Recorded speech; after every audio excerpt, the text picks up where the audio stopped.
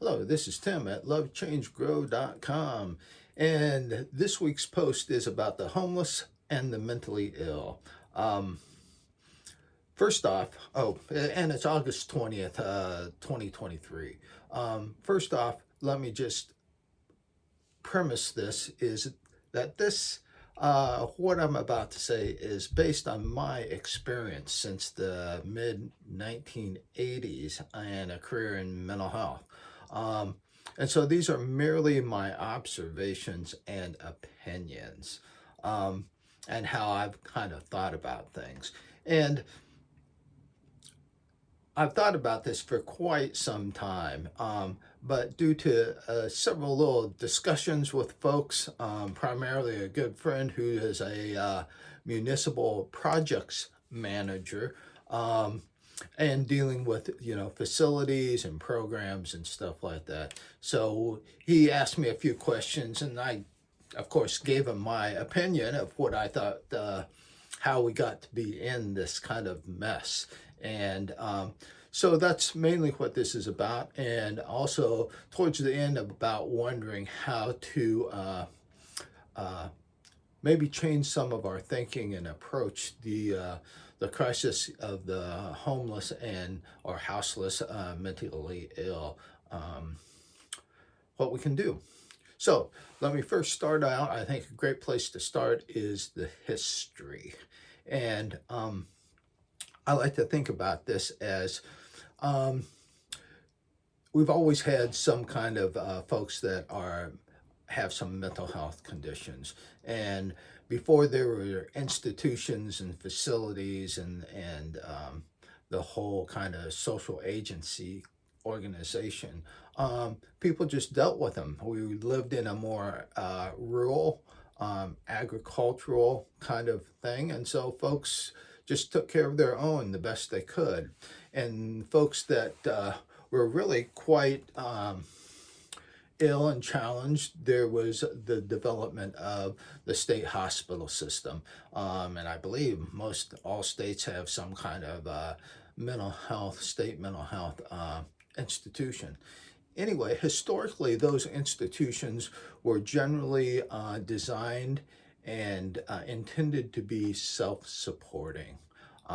And so these old state hospitals had working farms, dairy farms, vegetable farms, and a lot of the consumers or clients, patients at those facilities, if they were able to and seemed appropriate enough, would have some kind of role, some kind of job or responsibility. And as a side note, when I started in the 1984, I still had folks that I worked with that had worked in those institutions. And so I felt retrospectively very privileged to have some of that information and access and being mentored by those folks. Because on one hand, you would have some units or some places where everybody had a assigned seat in a hall and their chair in the hall, and that's where they would sit. And staff were instructed basically not to engage with them. Anyway, there's a whole thing is if you ever have a chance to visit a state hospital that happens to have access, or we had a museum, basically a small kind of one-room museum that showed some of the technology of the day and pictures and stuff like that. And it was very, very interesting and pretty eye-opening. And so, of course, have been different movements, different thoughts about mental health. But the old state hospital system was, I think, philosophically based on a sanctuary, providing a safe place, and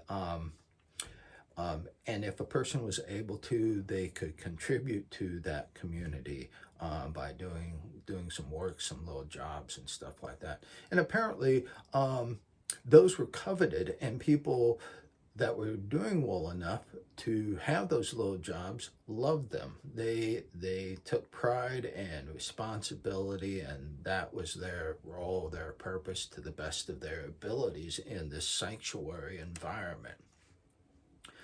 So that's sort of where I understand where things came to be, and realize in those state hospitals there were also nursing dormitories, living facilities for the doctors, for nurses and staff and stuff. So it was like a little community or city area unto itself, generally relatively self-sufficient with funding from the state legislators to a certain amount. Um, and so the next phase was sort of the whole Civil Rights Community Mental Health Act of, I believe, I want to say it was John F. Kennedy in the early 70s, I think 1973, if I remember correctly. Anyway, so then with the civil rights kind of thing, basically attorneys said, hey, if a person's working for the state at the hospital, they deserve some payment. And so what that ended up doing was eventually eliminating all that way for consumers, patients to contribute to their community. And it's also started to push into, I think probably somewhat financially driven, is the state could no longer afford these huge institutions and push folks that were doing well enough out into the community, out into boarding homes, group homes and things like that. And so, and then also, tried to provide mental health services in the community. So I think that was part of it. And depending on how the states would each handle that way, some folks, some states, regions did pretty well. They ended up having an outpatient mental health system and residential system that was really quite involved and quite established. Other places really didn't push that way, and so that infrastructure never developed or didn't develop well. And so you can kind of look at some of this as from the financial perspective. So it is basically the transition from state hospitals into the community. And then the state was still responsible for the services and the providers and stuff like that, and how people, generally a community provider, would provide the service and then turn in a bill monthly, quarterly, to the state legislators, to the state budget folks, and then they would be paid. And so that's I'll switch here. So in the 40s to maybe 60s, the whole farm sanctuary kind of existence happened. And then when we get into the 60s and 70s, not only do we have the Community Mental Health Act, but we also have the behavioralism, the humanism, the rational, cognitive, emotive kind of things happening. And so that's evolving perhaps more on the academic end. And one thing to realize is, on one hand, you have the research, the academic, the theory end of folks, and on the other side, you have the clinical folks, the line staff folks. And so oftentimes they don't quite meet. There's a difference between the ivory tower and what's happening in the community on the streets and stuff. And then in the 80s, we begin to see the clinical kind of services, the clinical providers moving more towards kind of what I'd call a corporate kind of thing. And part of this is, I think, designed because of the state's financial and legal liabilities. And the other part is we also had the movement in the 70s, 60s and 70s. Psychology was a big thing. Everybody was getting into psychology and stuff. But then when we move into the 80s, we have the birth of really the trend towards MBAs, uh, JDs or legal careers, IT, and scientific imaging, psychopharmacology, all that kind of stuff. And so we have what I kind of loosely say is a corporate approach to mental health and a corporate sort of academic approach. So,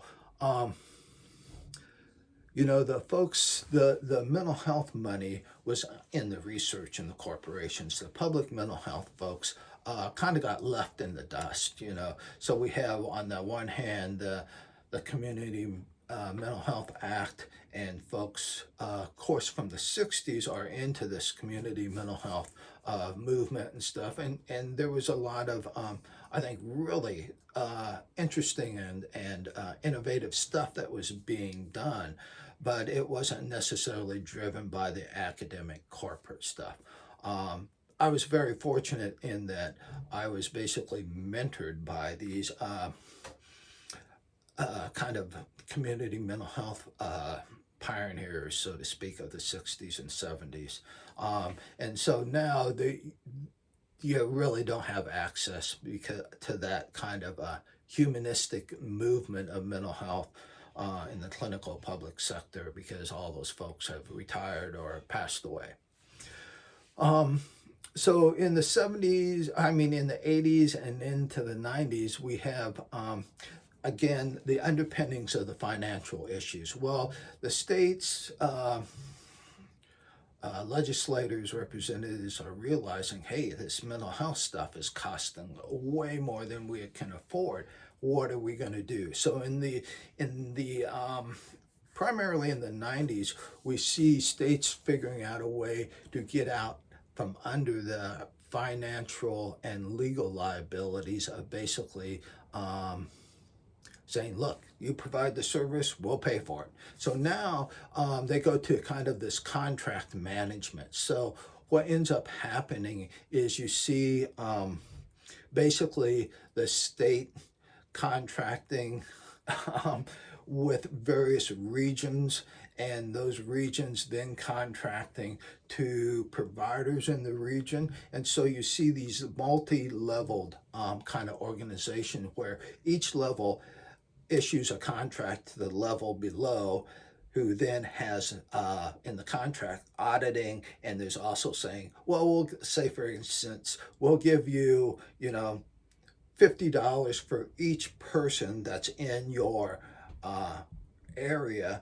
and for that $50 per year, you can basically do anything or however you see fit, as long as it meets the contract. And by the way, we're going to audit the contract and come in and say, hey, look, are you really doing what you're saying you're doing for this money? And this money is designed for $50 per person. So so then you have the money that isn't necessarily attached to a client or to a provider, but attached to a contract. And so then you have all these kind of things that basically multi-layered, from the state to the region to providers, and all under different but similar contracts.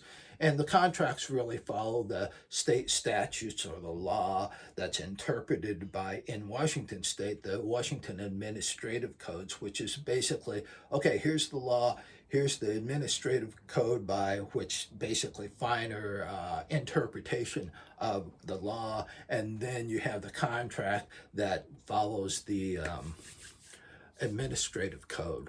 And so you can sort of see how things become this multi-layered, in my opinion, mess.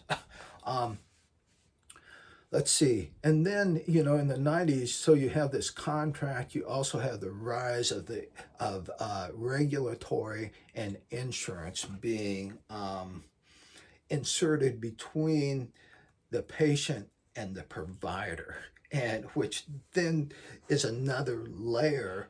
And so in the end, I think what happened is at each level takes off a little percentage of their administrative fees, which covers the auditing and the regulatory and that whole layer to pay their bills, and then what's left is given to the next layer and the next layer. And so you get this sort of, in business, this cream of the crop, or the cream layer. Each person gets a piece of that cream layer. So actually, when it comes down to the patient or the client, they get less, okay, because there's more intermediaries. So I think, certainly from 2000, 2010, we see services become a regulatory kind of issue. It's like this, the burden of, what is that? Atlas Shrugged. You see all this regulatory and intermediary levels of people being involved. And so then in 2010, 2020, you really begin to see the implosion. Historically, for me, back in 96, I could see, this is, I was amazed that it lasted so long. So then, I think from 2010, 2020, we see the sort of the deterioration in the implosion. And we also see the explosion of these various levels of bureaucracy, of contract management. So let's see, I think that's generally sort of how I see the movement from the 1950s on to the 2000s, and then now we're into the first 23 years of the 2000s. Anyway, so what has that done as far as consequences? Well, we have the shift from the humanism and sanctuary model to the clinical and regulatory model. And if you look at the clinical regulatory model, especially the regulatory and the contract thing, it becomes a CYA, avoiding the liabilities and using the regulatory and the contract kind of stuff to maintain some protection financially, legal liability wise. And here's the weird kind of thing. So you have all these regulatory contract things. Well, it's very, very rare for a provider to go out of business, except for when they want to go out of business or they find it's financially not feasible. But you have all these providers and residential facilities and community mental health centers. They all get audited, but rarely are they going to be audited and found in some kind of wanting measure where they are forced to go out of business. Because here's the deal, is there's very few providers as far as for what the need is. And so the state or the regulators, whether it's a federal regulator or a joint hospital accreditation kind of thing, they'll come in and slap a program on the wrist, and say, hey, you gotta change this kind of stuff. And they're always going to find something, because that is the reason for their being, is they gotta, make sure, somebody's doing something. And so one way to validate their existence is to say, hey, this needs to be improved. So, the provider improves something, and so it meets standard, and they go on their merry way. And so rarely is somebody ever dinged hard enough to go out of business.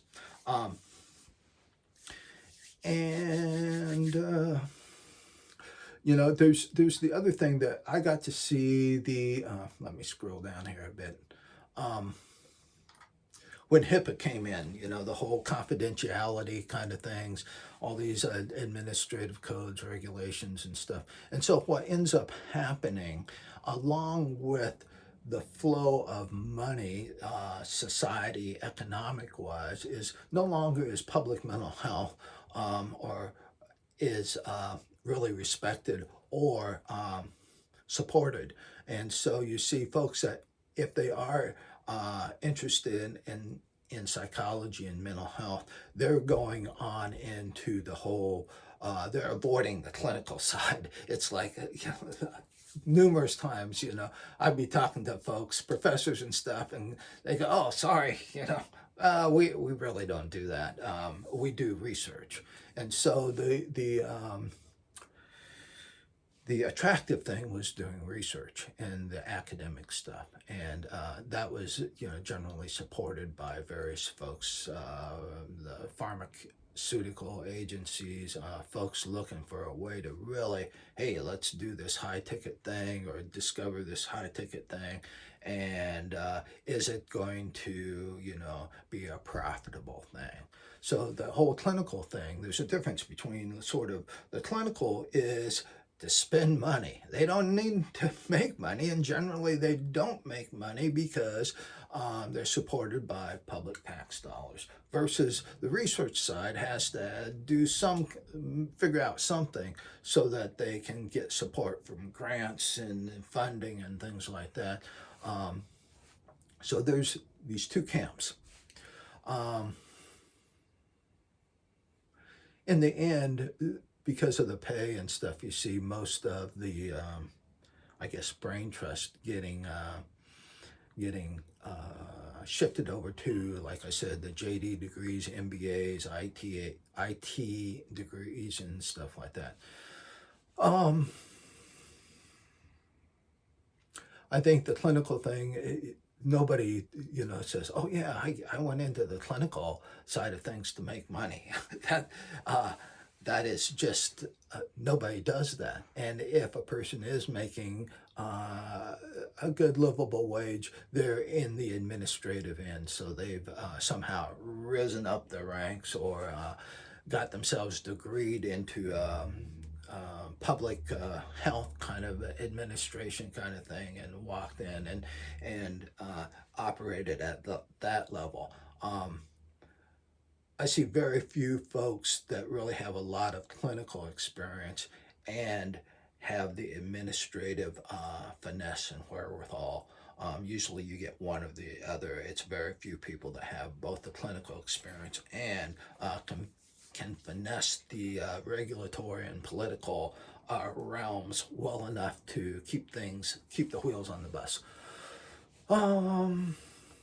So to sum that little piece up, basically now what we have is a current state of it hitting the fan. We have a high need, a lack of qualified, experienced staff because people haven't gone in. The old folks that were great mentors, they've moved on. And so then with sort of the way the economics go, we have a marginalized folks, we have a broken social system, a broken social relationship. And so now we have this, a lot of homeless folks, and they're homeless because of perhaps a mental illness or a trauma kind of thing, perhaps not having a great early childhood life, so they don't perhaps have the skills of resilience, of being resourceful, having family supports, having that functional living skills, development where they can do well and figure out how to make things work. So you have that piece. You have the economic piece where if folks did well early in life, they're going to be doing well and making enough money. However, if a person didn't do well, and then when they moved into the workforce, they had these marginalized on the peripheral kind of jobs and stuff that are now have moved on or were moved offshore, and now didn't go, they don't have access or the wherewithal to go into the IT stuff and the administrative stuff and all that. So that's kind of one way to look at it as a socioeconomic class kind of issue. Let's see, so folks end up just kind of stumbling around devoid of dreams, looking for the next meal and looking for the next place to sleep. So now we have communities overrun. The community mental health systems are overrun. They no longer have the ability to handle the load, let alone be responsive. And you have this whole kind of political, bureaucratic, class of intermediators that the whole mental health thing has become a political hot potato. And it's like, man, you don't want to touch that potato, or you don't want to be left holding the bag of potatoes. Um, and the reason being is, in a political sense, it's it's not a clean potato. It's not without political liabilities. And no matter what you do, somebody's going to complain about it or have an issue about it. And it potentially costs a lot of money. So it becomes a shell game of where is the peanut, and hiding the peanut, but also, there's a thing with the money thing. And here it's become a shell game in a way. You can think about mental health costs. The totality of mental health costs is basically being hidden. Um, and so it's really difficult to figure out in a community how much is mental health costing. Now, you certainly have the folks that there's the budget for the mental health and the treatment. So you each, say a community facility, an agency, organization, gets funding, and we can see how much money they get and what it's supposed to do according to the contract. However, the totality of the mental health costs are hidden amongst the various interested parties in the community. It can be the client's family, the cost to the client, the community hospital, especially ERs, and if they have a mental health unit, those costs,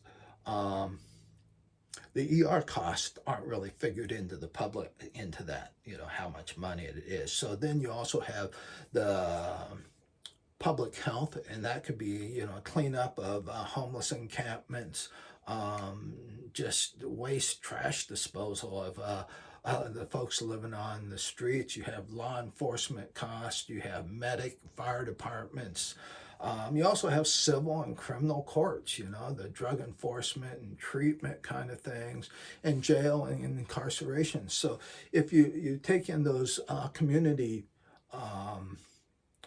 partners, those adjunct folks, your mental health cost is really going to rise if you start, accounting for those. But generally, in the political mind of things, the mental health agency gets $10 million a year. Great, we're taking care of the community. But in reality, the mental health cost in the totality of the community is much larger, just as it's hidden under these various other community functions or infrastructure. And so essentially the political liabilities and financial costs are hidden or spread out among the other local infrastructure agencies or parties. So, sorry, let me scroll down here a bit. Here. Sorry about that.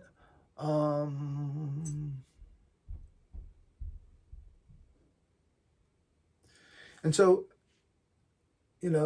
every community also handles how they approach the mental health demand in their community.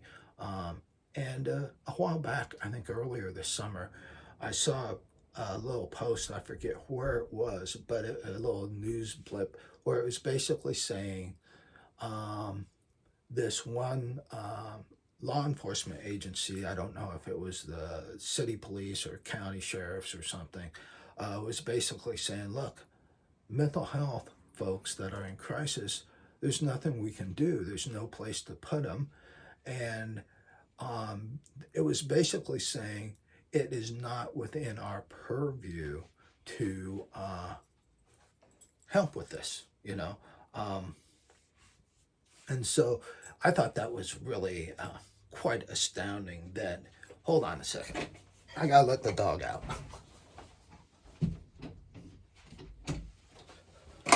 I'm back. So I thought that was quite astounding. Is that the law enforcement officers, the sheriff or whoever, felt that, hey, this is beyond us. We're here to keep, in some ways, the peace, write traffic tickets, investigate crimes and stuff. We're not here to help the community as far as the crisis mental illness goes. Um,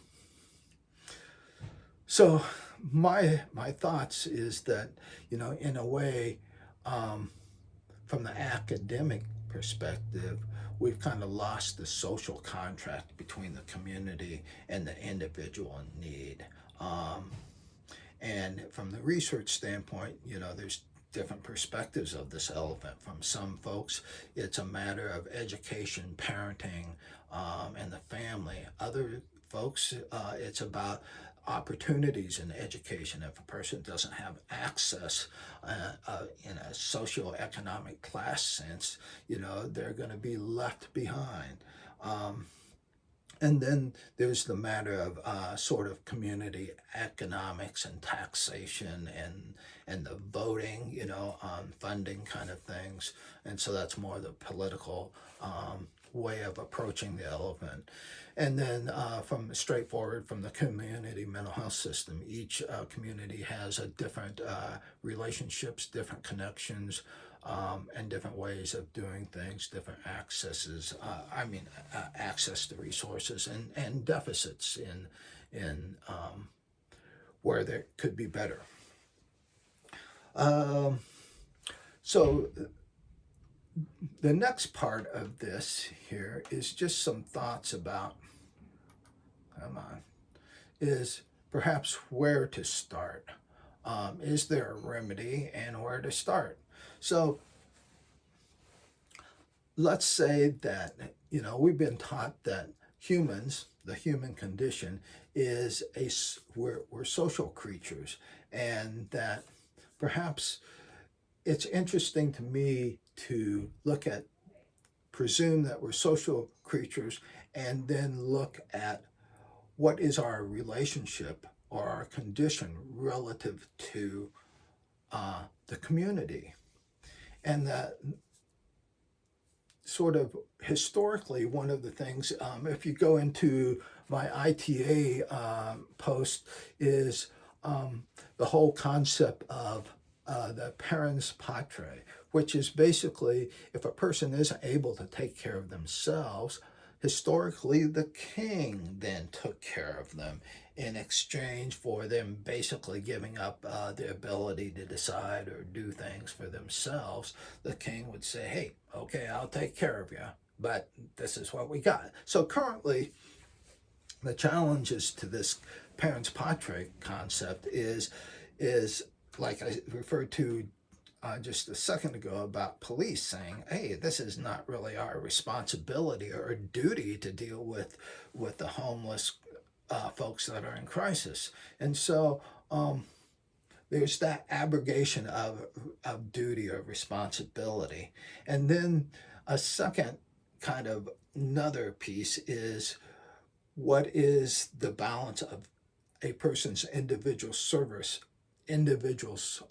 civil rights versus the community's safety and protection, and then third, how are the assurances of care and protection of individuals ensured via the contracts with the government agencies or non-governmental agencies, i.e. now the private corporations that are contracted to provide those services. And I know that private contracts or private corporations are perhaps a dirty word, but the NGOs are still corporations. Now, corporations can be either for-profit or non-profit kind of thing.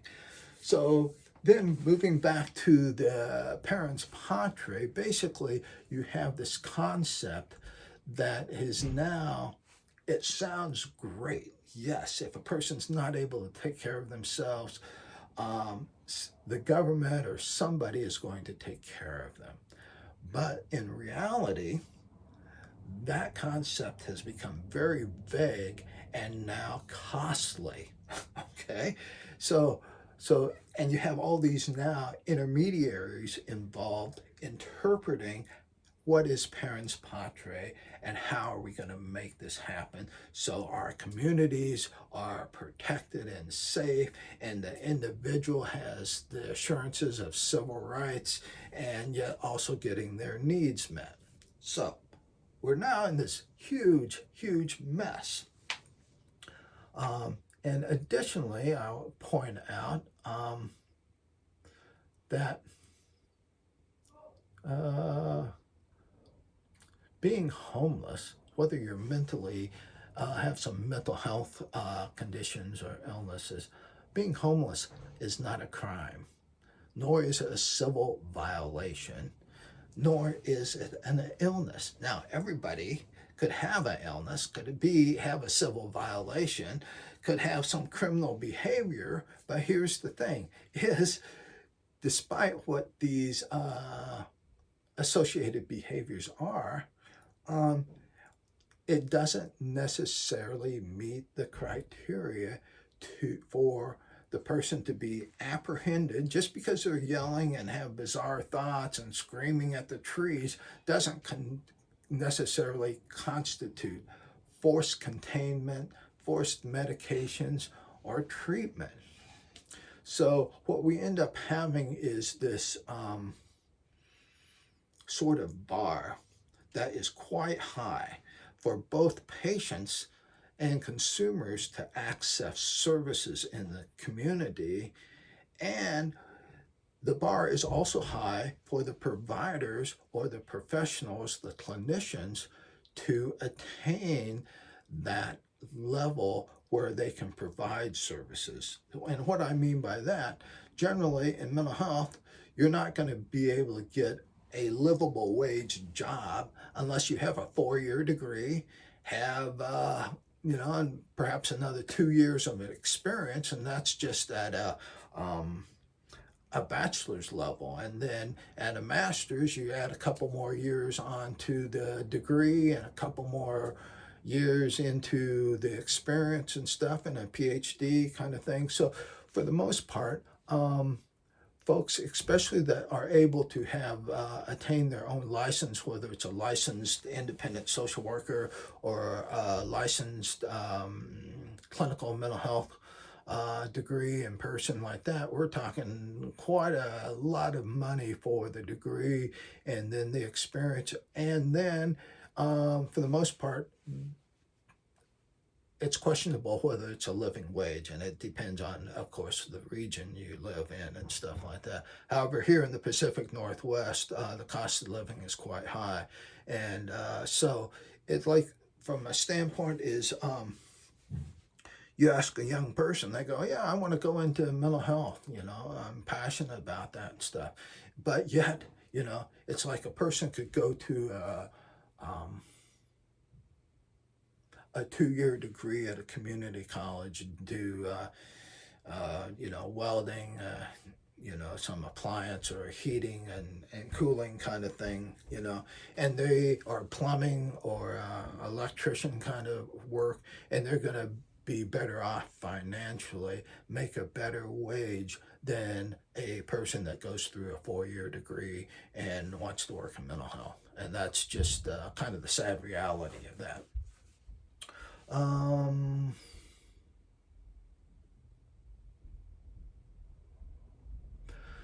So a person that has mental health, drug or homeless, violence, kind of victims of violence kind of things, the presumption that we generally make socially is that they are unfit, unworthy, or soiled of sin, basically. It's sort of that, my word just went out of my mind. Anyway, so there's this blanket conclusion that a person is incapable and needs to be taken care of. But that depends on a lot of different things.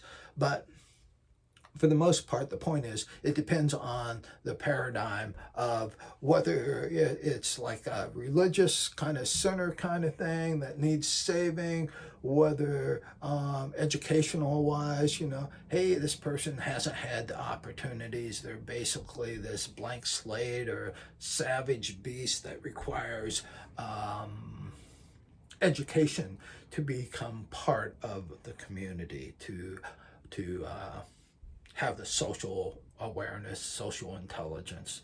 And then you have sort of the humanism kind of thing, humanistic kind of thing, where, each person is unique and thus requires, special treatment, special compensations and stuff. And so there's a large movement, especially here in the Pacific Northwest, where everybody has their right to see and identify however they want to identify, and thus when a person makes that identification, there are compensations that should be had or available to the person. But in that kind of thing, that can become very quickly a slippery slope and a lot of money. On the other hand, you also have the sort of what I'll call the widget kind of thing, where it's really industrial scientific standards of measurement, and you want uniform tolerance of each widget being made, needs to be made a certain way to a specific standard. And so, on one hand, you have the custom sort of humanism kind of thing. On the other hand, you have this industrial kind of measure the widgets, all of them got to be the same. So I think that on the one hand, it becomes down to, well, are we trying to fit a uniformity standard kind of thing, and that primarily is driven historically by economics and the economics of production? Or does it require a custom boutique, high-end service, to meet every need? Now, of course, it's both. And yes, it is. Yes, each one should be done appropriately, but that also depends. And so, for the most part, you can think of this as the classic problem solution. So, whoever gets to define the problem also gets to prescribe the solution. And so, each party, whether it's research, psychopharmacology, whether it's a community, provider or family and stuff. So each party has their premise, this is the problem from their standpoint, and thus the solution. And so, in a sense, it becomes who can sell, that idea. Is it the sizzle, and do they have the relationships to say, hey, this is how it works? And when you get into the community with the mental health issues and the economic issues and how this is all working, it becomes quite a hot mess. And so this friend who is a project manager in the municipality, we were talking about this, and he goes, yeah, I see how this works, but what can we do? And how do we do it? Now, he's not interested in the politics. He is a project manager.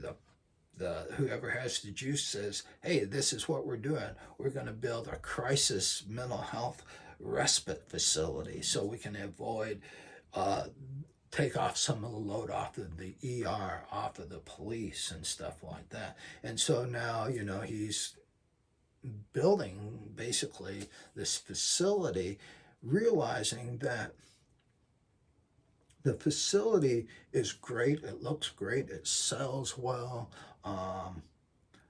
but the problem is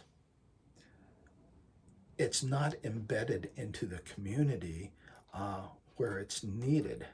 And so, sure, you're going to get a certain amount of people that come into the facility because they need that, but you're also going to get there's also a huge part of the homeless population that is not going to go there. They have no interest in going there. They don't want to go there because every time if you look at it from just their experience, from their perspective, hey, every time I meet community outreach worker or law enforcement, they're out to get me. They want to put me in the hospital. They're dragging me to jail. They're telling me to move on and clean up, or just forget the mask. Just get the heck out of here and go live someplace else. And so, they are not particularly. It's difficult to engage them. So I was thinking about this. You have the Maslow's triangle or hierarchy of needs, and I think that kind of is applicable here in that. Sure, at the bottom rung of this triangle, you have the physiological needs: food, water, shelter, sleep. The bare essentials for anyone's survival. However, you see a lot of the homeless people that they may not do great, but they've been living on the streets for years. And some of these folks, I take my dog out for a walk every day, twice a day, and sometimes we're walking through downtown, and I see these folks all the time. Some of them I've known for 30 years, or better. And we're friendly, and they want to pet my dog and all that, and it's great. And I'm not particularly afraid of them or anything like that. And I think over the years have developed, a relationship. Hey, I'm not a person to be, after them or afraid of them, and so we get along fine. And so the other levels is of the Maslow's hierarchy of needs are the safety and security. They want some order, some predictability. They also want some Maslow's, I think, calls it belonging or need. And then there's self-esteem and self-actualization, or esteem and actualization. Well, in a sense, the physiological needs of the homeless, they're already doing a large part of it. They're managing to survive however that is. And God bless them, they do. And I am personally and professionally in awe of these people that have lived for years on the streets. And it's like, whoa, how do you do that? How does that happen? But having been in the mental health field for so long and seeing people, move from having a place, a Section 8 housing coupon, to being homeless, to all this other stuff, moving back and forth between, having a place and not having a place. It strikes me that we all want some meaning and purpose, that we all want safety and security. We all want to belong and feel accepted, and if we have some meaning and purpose, have a role, have a job, whatever that is, then we have some self-esteem, and then we can go, hey, I'm working on myself. We're doing okay. But it brings me up, has brought this question to me, is that, come on, okay, is that,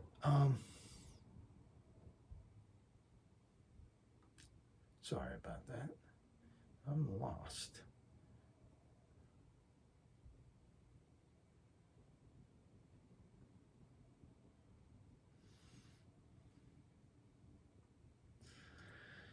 Is that in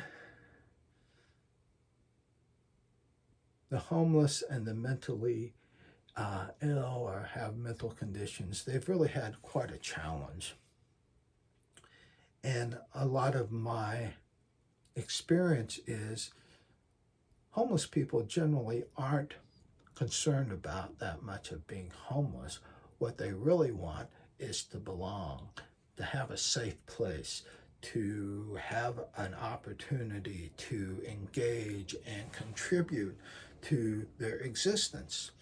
Because if and that makes sense to me, because if you don't have a community, don't have a place, and don't have something to contribute, then you're like this lost soul. You're this ghost. And I see a lot of homeless folks that are seemingly ghosts, and they're in their own little world and stuff like that, however good or bad or bizarre that is.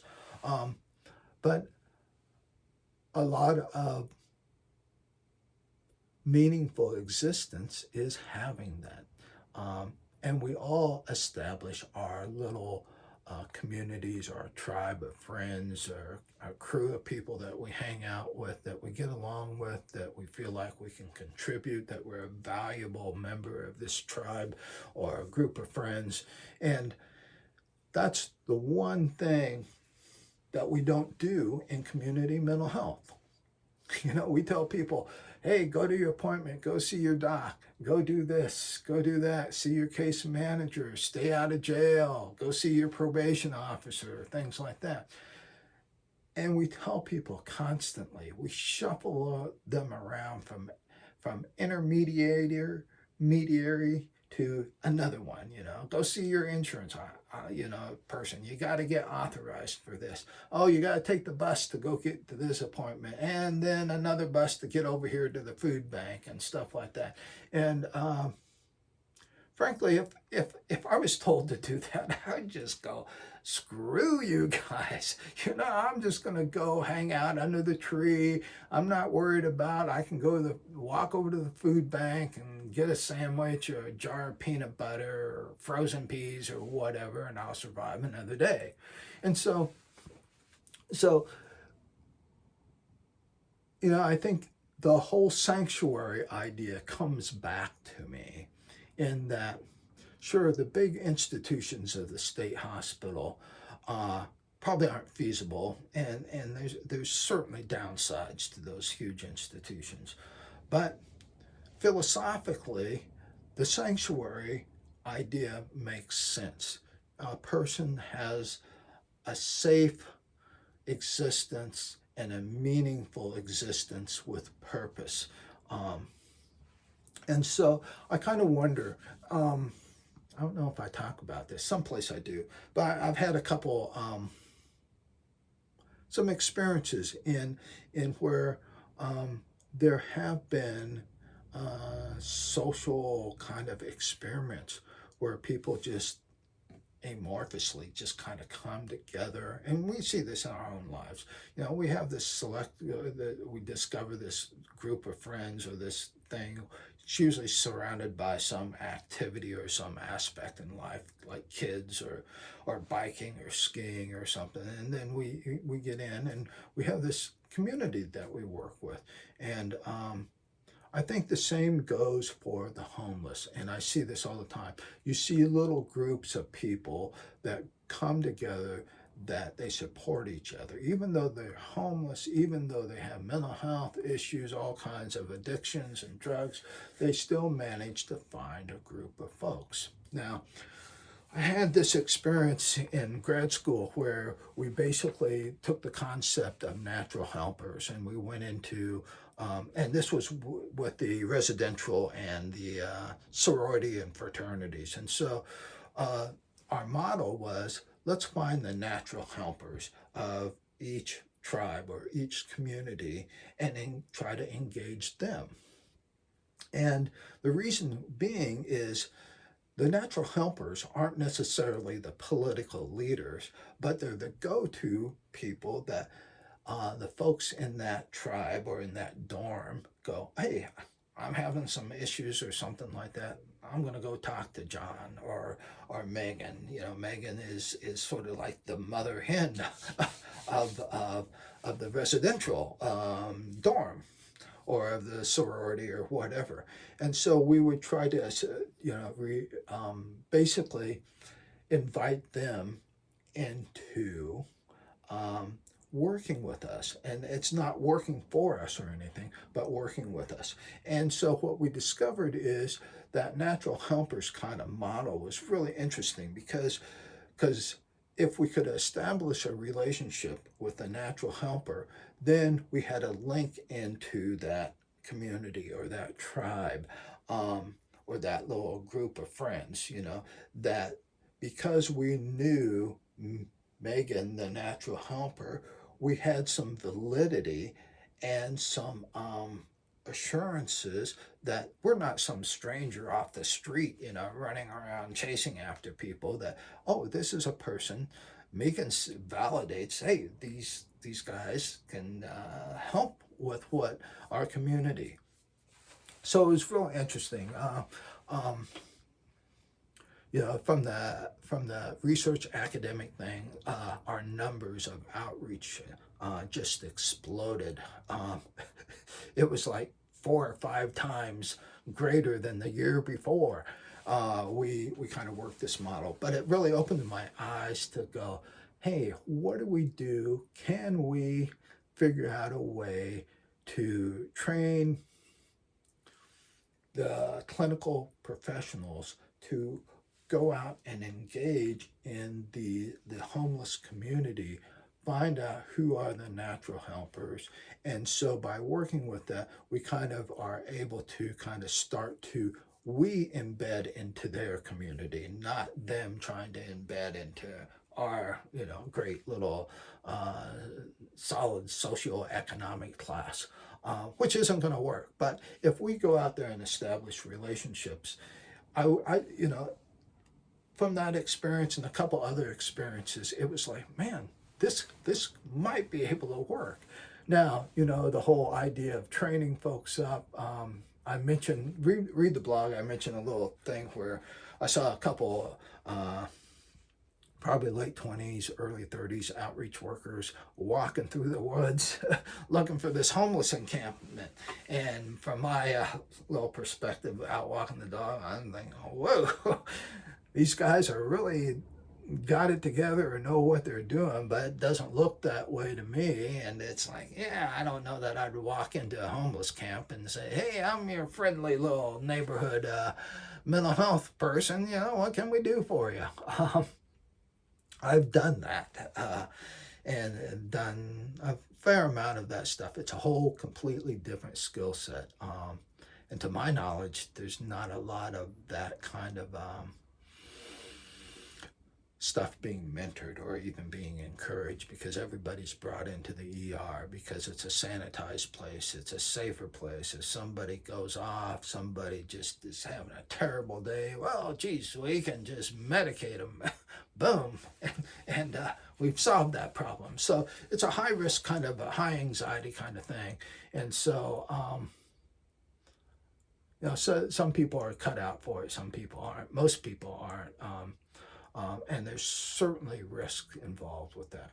So let's see, I'm coming up on an hour here and kind of rambling. So I think it's interesting. I would, if somebody has some thoughts or, want to talk to me about that idea or whatever, get a hold of me, send me a little message through the contact page or something like that. I'd be happy to talk with folks. But I just wanted to put that out, just to kind of put it on the radar as an idea. We're going to be quickly moving into fall. We're already towards the end of August, and the weather's going to start getting colder and stuff like that. And I think it'd be a very interesting way to approach things where, if we can get, the hard part about that kind of thing is it's difficult to measure. It's difficult to have research, that says, hey, we're winning here. We got more outreaches or this and that, and the quality of outreaches, and thus it has decreased the load on the ER, the police, and all that. That's a whole nother rat's nest to figure out. But I think, most people, when you take a straightforward look at the meaning and purpose in life, folks really want to do that. A lot of homeless and mentally ill and drug involvement kind of stuff is really, it's a lack of meaning and purpose. And feeling of belonging to a community, a positive community, a supporting community. So we're right at an hour, and thanks. I'm glad to be back in the mental health kind of seat here for the moment. All right, take care. God bless you.